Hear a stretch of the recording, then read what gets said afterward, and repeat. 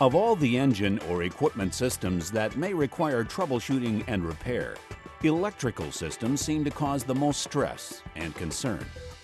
In order to arrive at a positive solution with these types of problems, you must be fairly well grounded in electrical theory. When you work, have a plan. Don't just charge in. A careful approach helps assure you will rectify the problem without negative results. We've selected 4 service topics to review. These are the result of phone calls received by our call center or service calls our field personnel have been involved in. Here's the first one. It doesn't really matter what the equipment is. It could be a cement trowel, riding mower, or carpet cleaner. The problem is that when the key is turned, the electric start system will not turn the engine over. All you hear is a loud click or a chatter-type noise. If you'd like to assess your own skills at electrical troubleshooting, we'll give you a few moments to work up a list as to what the problem might be. Put down the most likely causes for the problem, starting with the most common. Okay, here's my list. Number 1, weak battery. Number 2, high resistance. Number 3, failed component. Or number 4, frozen engine. The chatter that you sometimes hear when starting an engine is actually the starter solenoid acting like a buzzer. For a more thorough explanation, follow along on the on-screen graphic. The key switch is turned to the start position, which directs electrical energy from the battery to the winding of the starter solenoid. The circuit is completed by way of the ground path back to the negative terminal of the battery. The solenoid is activated and bridges the load-carrying terminals. This circuit directs a large amount of energy to the starter motor. A weak battery will not have enough energy to activate the motor and the winding of the solenoid at the same time. The winding circuit will drop out, which takes the load-carrying circuit with it. Once the load is gone, there is often enough energy to activate the solenoid again, and the cycle repeats.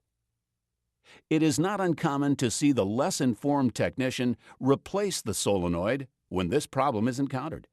In reality, it is almost impossible for a solenoid to fail in a manner that would cause it to do this. A solenoid chatters because there's not enough energy being delivered to the starter circuit, or more specifically, the solenoid. The most likely cause of failure here is the battery itself.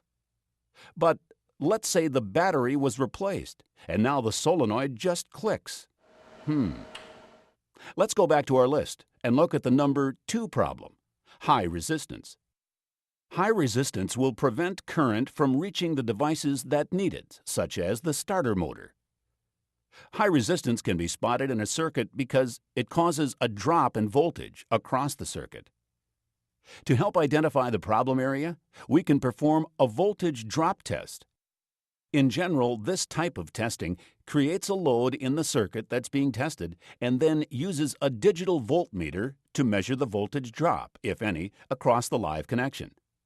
Now, this sounds way more complicated than it really is. Electricity always follows the path of least resistance, so if the circuit or connection being tested has too much resistance, some of the energy will flow through the voltmeter and create a voltage reading. Here's the process in action. In this situation, the battery has been load tested and found to be healthy. So step 1, set your meter to DC volts. Place the red meter lead on the positive battery post and the black lead on the positive terminal at the starter motor.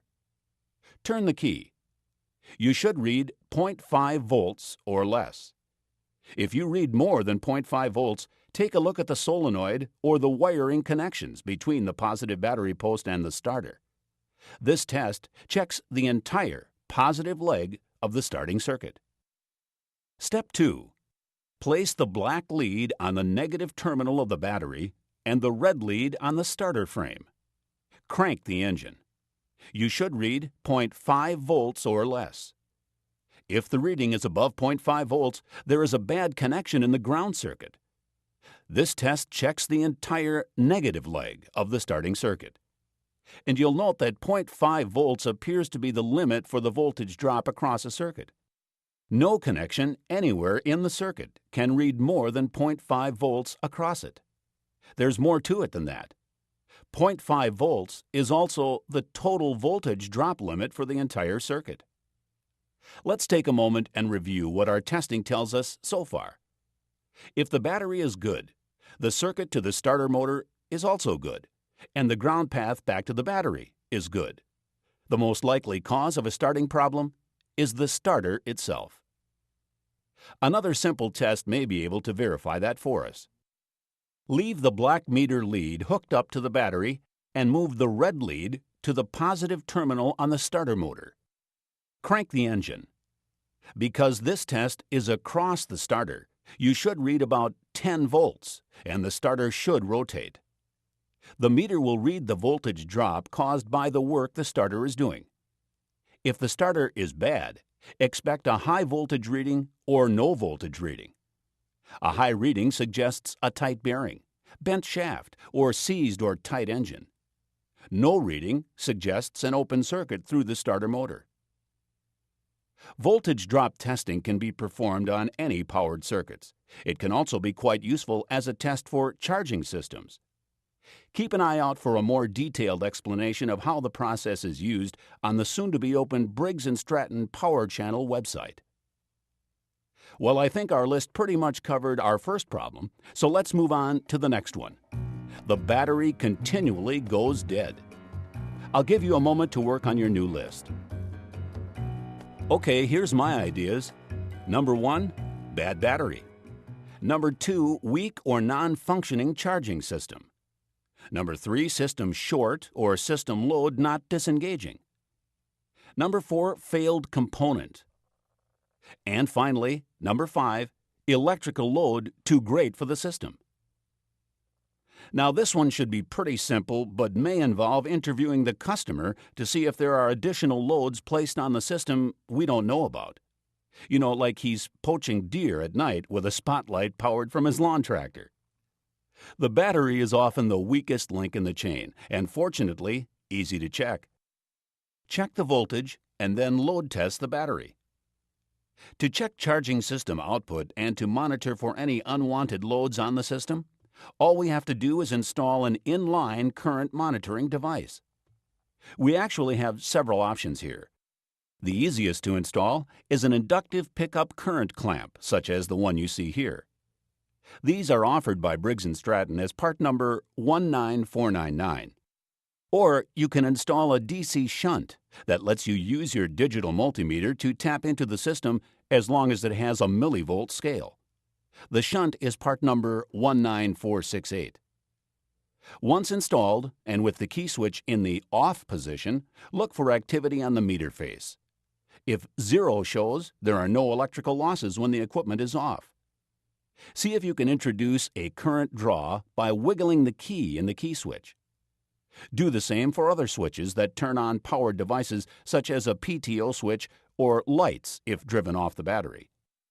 Cycle the clutch, lights, or other battery-powered equipment switches on and off, and look for any that work with the key switch off. If any work, research the equipment support material to see if they should or should not function when the key switch is off. The problem may be as simple as the equipment operator is leaving the clutch or lights on, which will draw the battery down. Also, be suspicious of switches that are shorting out internally and investigate. If all is well so far, determine which charging system is installed on the engine and check the appropriate repair manual for output specs. This application is equipped with a 16-amp regulated rectified system, so we'll set up a test to read charging output. Because the system tapers the charge to meet battery needs, we install a load tester on the battery to simulate maximum draw and then start the engine. With the load tester engaged, check the output on the meter and determine if the value is acceptable. On this system, you should read close to 16 amps. If you show low or no output from the regulator rectifier, set up a test to check for AC output from the stator itself. Unplug the regulator rectifier and connect the digital multimeter to the output wires from the stator.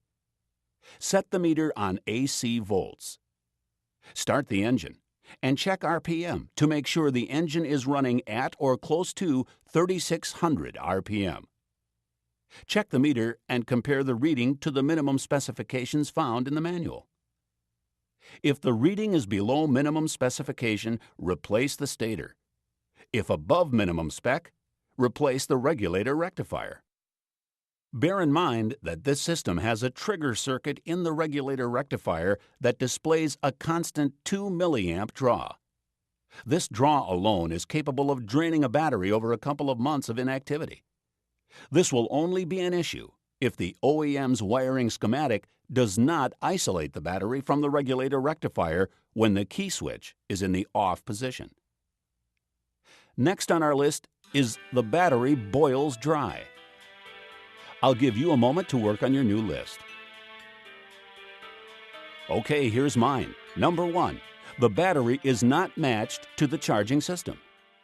Or, number 2, the top no-load speed is improperly set. Until you get up into commercial-grade ride-on equipment, most unregulated charging systems are specified to supply somewhere between 2 and 4 amps DC.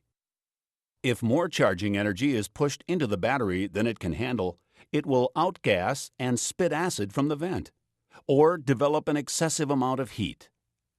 The heat accelerates the evaporation of the electrolyte and boils the battery dry.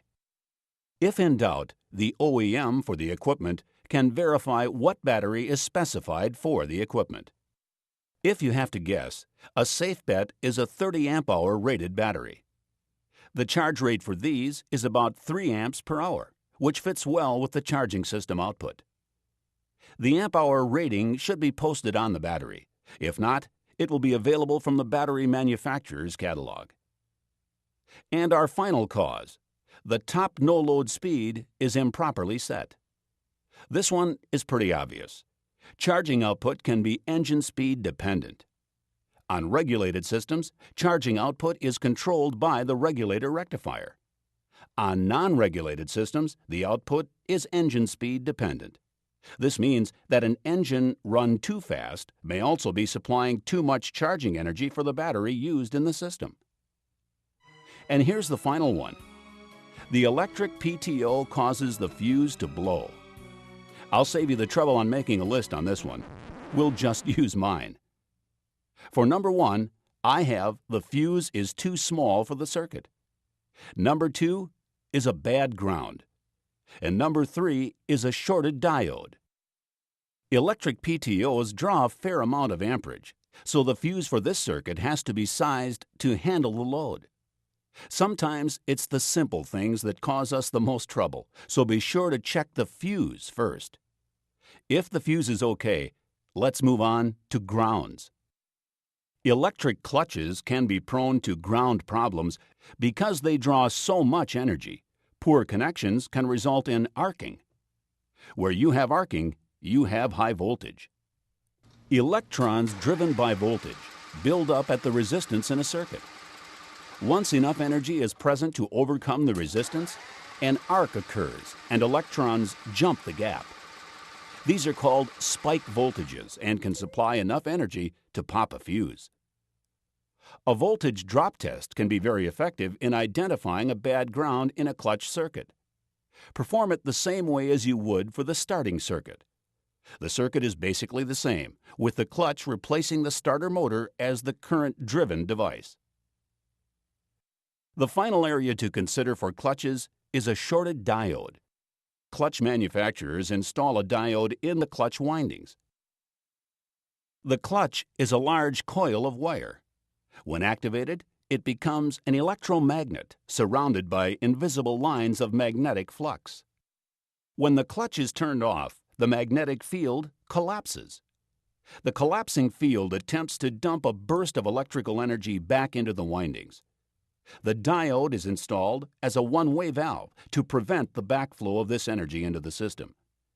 If the diode is shorted, this energy travels back into the PTO circuit and can blow the fuse. One of the indicators that can tell you that the diode is bad is if the fuse blows every time when the PTO is shut off. That's it for this time. I hope you did well with your lists.